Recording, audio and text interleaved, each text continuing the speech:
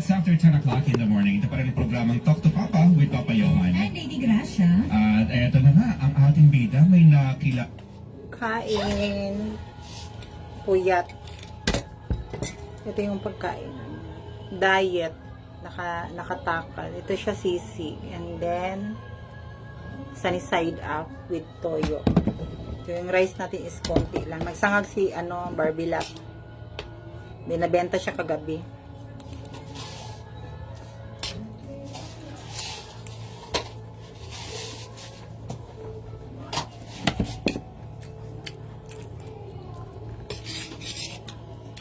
Kain po.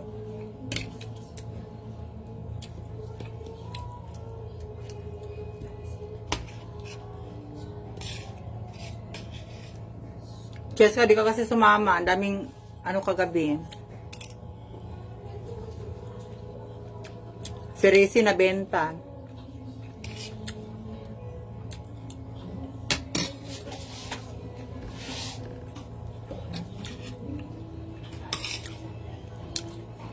Alas 6 pa, chinat na kasi kita. Sinin mo lang. Tapos online ka ng oras na yun. Di si Rizzy ang nag-title.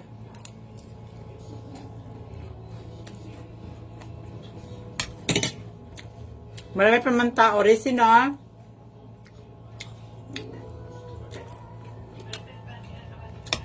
Maraming tao. Sabado kasi.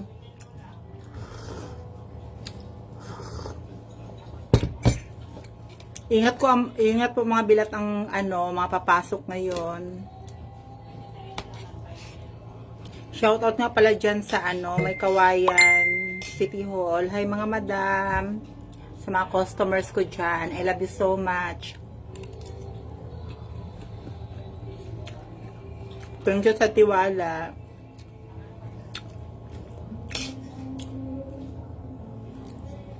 Sa Zoe Plastic Company, thank you. At patuloy pa rin ang tiwala niyo sa akin. Nakalos dyan dito nagpapagawa mga kabelat ko. Okay, may customer kami ngayon. Empleyado ng Zoe.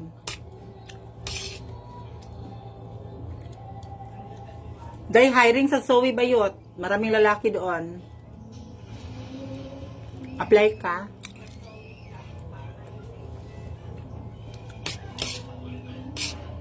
Sayang Cheska, di ka sumama. Mabenta ka na sana. Huwag ka mag-alala, hindi makita ni Marvin yan kasi binila ko yung dalawang account ni Marvin. Nabubuisit ako doon.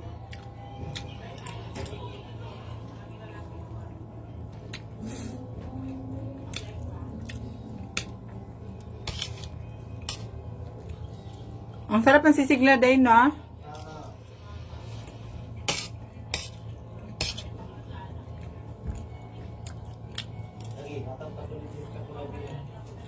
Diba? Tama sa Rizzy, ang daming ohms kagabi.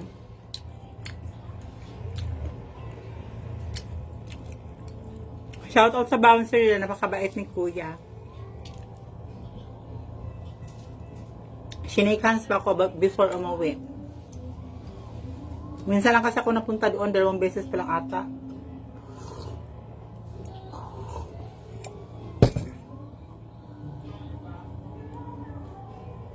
Fresh ang lola mo kagabi. Ngayon kasi wala na kaming tulog. 3 hours ang katulog ko, 2 hours. Kasi linggo may customer.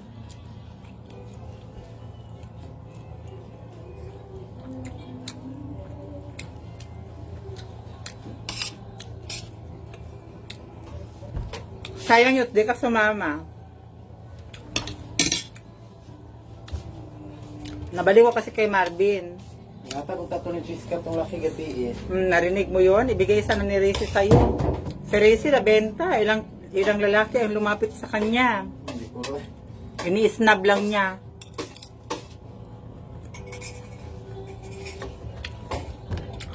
Kasi wala masyadong bilat kagabi.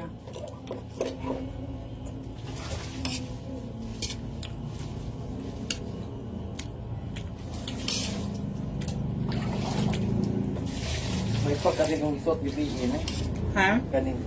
Ay kanin ba? No? No, makakauna-unaan na. Turok ko lang yun. May tagingon ani po ko gabi eh. Kay formal at suot gabi kay bang formal. Simple lang din. No? Gabi kay maburikat mo tag mga suot eh. Mag-simple ko tag-suot. Dali mo halin eh. Ano ba? Okay, sekarang disco kay 60 na suot doon. Pwede man ko. Bayo. Di man layo na ko suot gabi eh. Ay. Dili jud ko anak mo suot sa gabi eh. Nanayutan o ka sa imong lula dahil. Si Sandy, ang kamot sa bato. Ay, Sandy! May lalaki siya kagabi dahil, dalawa. Yun ba yung sinasabi yung gwapo? Mga bata. Yun? Gusto eh. Hatag yung account dahil. Patuol siya sa yung parlo. Baka bank account na. Mag-research ko chika detach kaya baka manood siya. Manhir bang laki. Ikaw tapat to, maayos siya. Ano? Nga daw. Urot lang. Sure. Angon siya. Iba't dito mag-una-una, di pa mo ulan chat. Anak yun na. Kaya dito makitaan nga. Kung priority, wagid ka. Kaya na siya. Kadimir. Hi Don! Good morning Don Don! Andun, dun. Si Donna? Hi, Donna! I miss you so much. Donna Bells.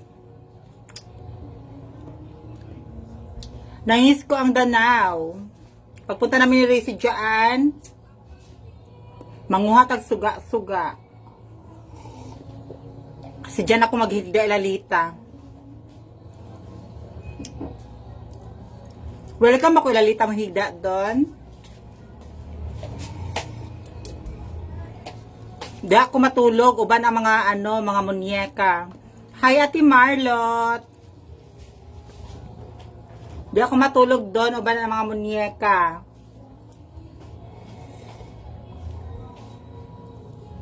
Muli mami next year. Ambot si Risi, kung mubalik pa ba ni siya, kung di siya mubalik, kuha unta ka, dalunta ka diri. Kung sa may mga plano bayot, pag mabakasyon ka, kung mabalik ka, dili sak ko mag-train. Pero kung mabakasyon ka, tapos yung ka nga, magpahulay sak ka, mag-train ko, galing kaya di ka kabalik dayon day, kaya napakoy tauhan diri na, lisod salpak mo na ko diri. Pero kung nakikiplano nga mabalik ka, o 2 weeks bayot, bakasyon. Lisod, mangitag trabaho bayot. Malaki jud ka dito sa probinsya ninyo na mawala gid ang hormones nga imong gipaghirapan. Mangitom na jud ka bayot na idangga nimo mao gid na to. Hoy, ganun ginggagaan mo punin siya turik. Uy, mga buang mga laki. Hi! Guwapa ra ba siya oh? Na. Ni guwapa na ra ba siya dahil sa tinuod lang gyud. Nag-improve gyud siya. Tapos ang iyang mga kamag-anak ignon siya nga kanang kuan. Bura nagabiya o ka ng sa anak patay. Sa to yun? Patay. Kaya nakita nila ang bayot nga nag-improve. Eh, syempre, magtrabaho ka, mag-improve jud ka. Alam nga pabayaan ko siya, marami akong damit dito na na hindi ko ginagamit. Ibigay ko rin sa kanya. May time na pag kami ni Bayot o banding. Minsan lang kami nagbabanding sa labas. Nagbabar kaming dalawa. Wala man kaming ginagawang masama doon. Disco-disco lang. Ang mahalaga, bumunta ng bar, kayo ng iba, nagpok-pok. Kaya wag kang wag mong alisin yung tiwala mo sa akin kasi pag pumunta ako ng bar, maldita ako sa bar, na ako nagpapansin ng hindi ko ano nang pinanghihinala mo sa akin.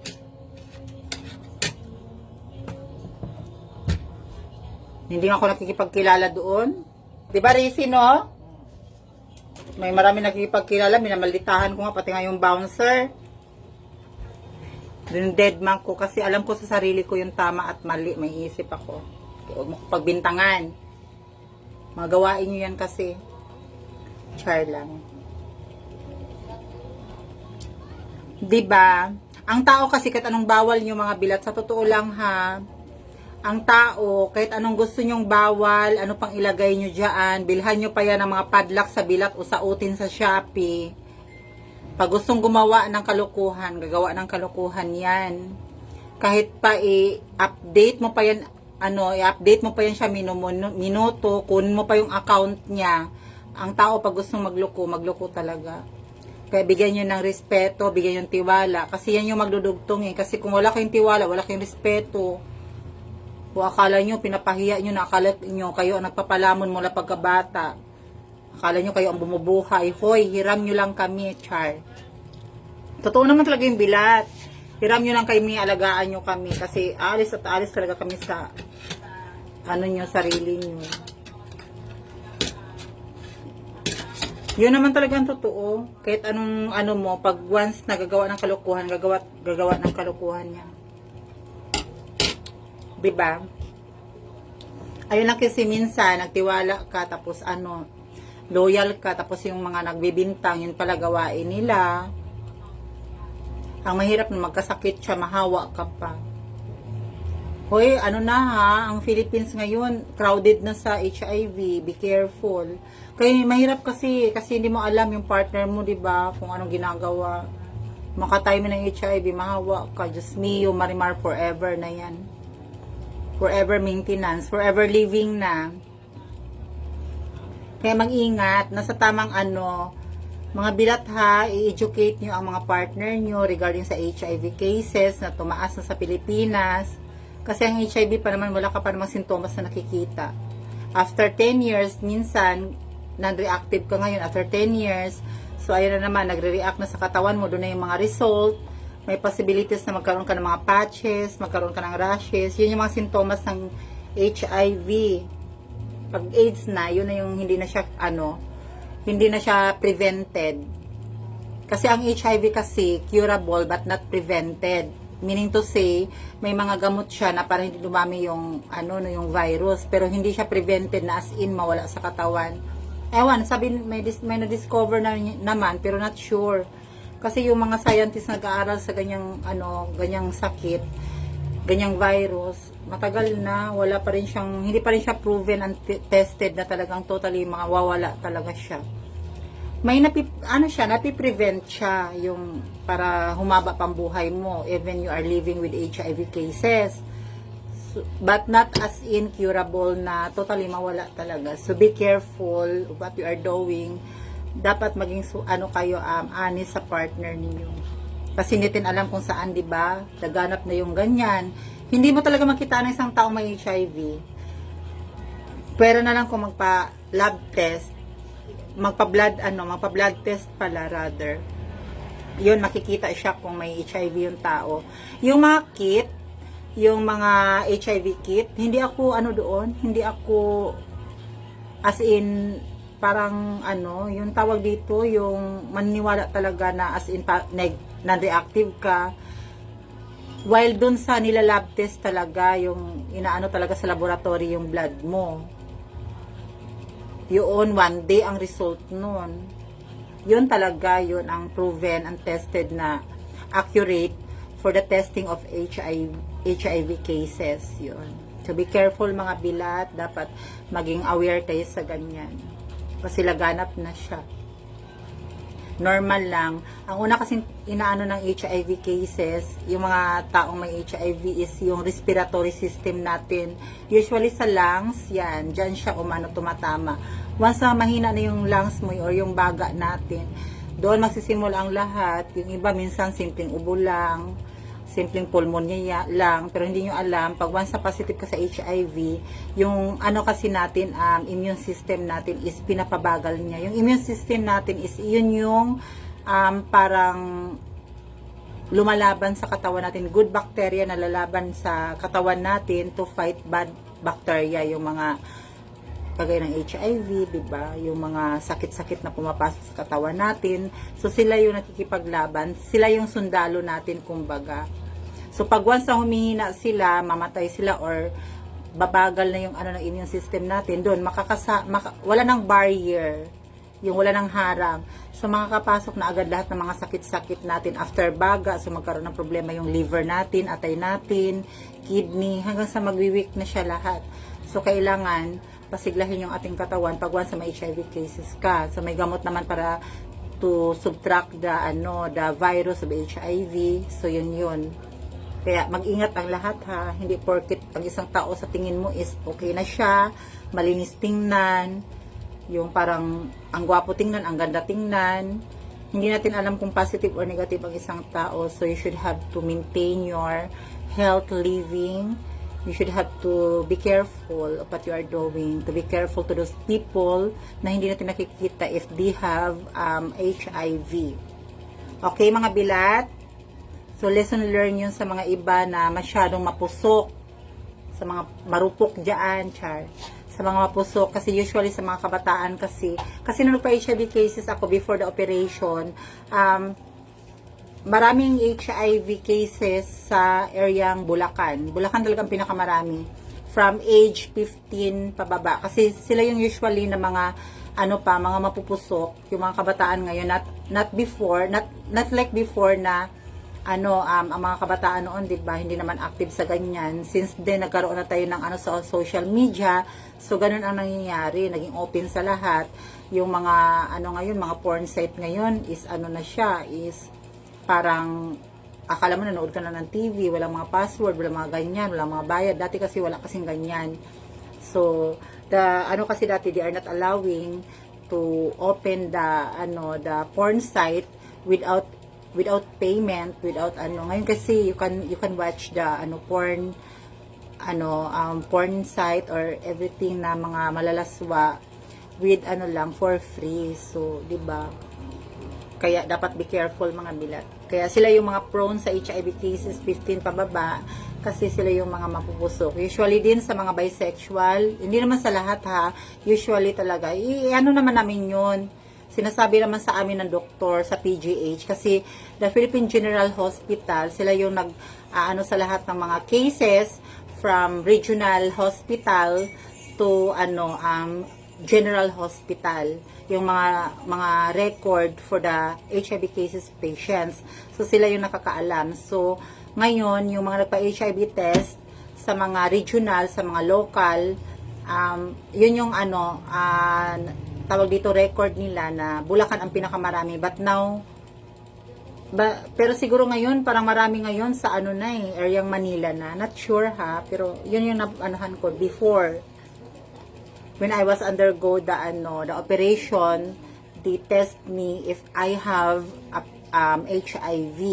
So usually the operation before, they are requiring to those patients to undergo HIV test. So ngayon doon ko nalalaman na non-reactive ako, but I am not actually sure if I am negative for the HIV kasi sabi nila maybe after 10 years the formal result of your HIV test HIV testing should be makikita yung result or the symptoms of the HIV. So, ayun mga bilat, kasi not sure tayo if after 1 year, 2 years, diba?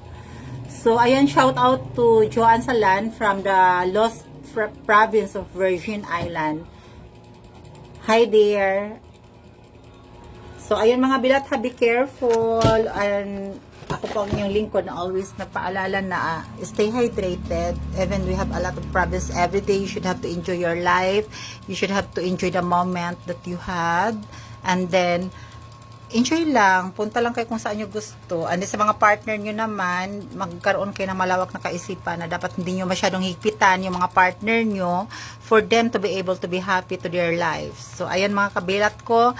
Always remember that life is too short. You should have to enjoy it every day. And I love it so much.